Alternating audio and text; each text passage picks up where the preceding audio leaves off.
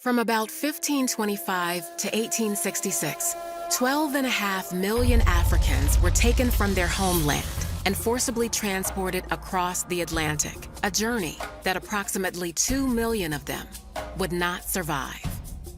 By the turn of the 18th century, European merchants were building vessels capable of transporting hundreds of enslaved people per journey. These ships had extra portholes for ventilation, weapons mounted on deck in case of rebellion, and additional compartments added below deck to take on more human cargo.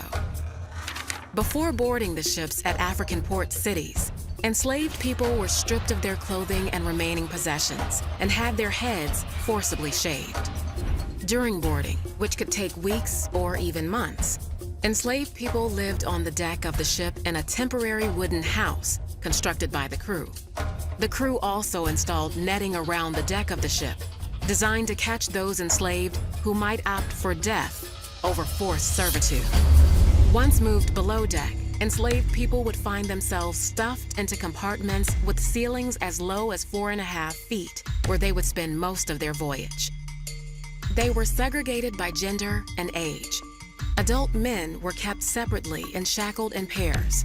Women usually left unchained in their designated compartment, and children often free to move about the ship.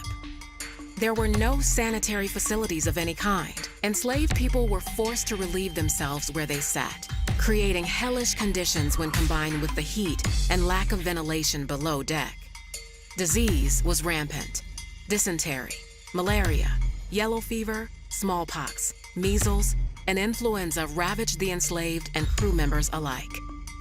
The enslaved people generally spent about 8 hours a day above deck, but were still separated by gender, with a barricado, a reinforced wall that could be used to protect crew members in case of a revolt.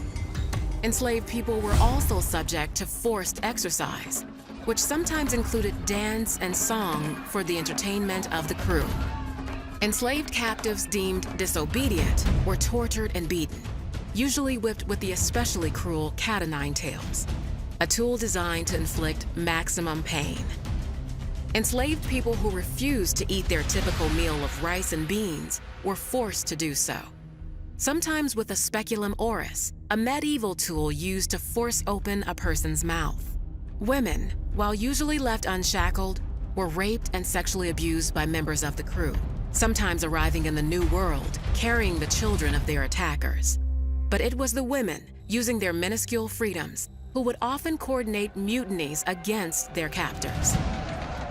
But these rebellions were rarely successful. The true extent of the horrors of the Middle Passage came to light in a 1783 court trial over the slave ship Zong.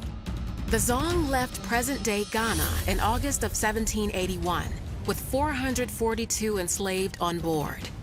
After a 2-month journey riddled with navigation errors, 62 enslaved people and 7 crew members had perished without reaching their destination.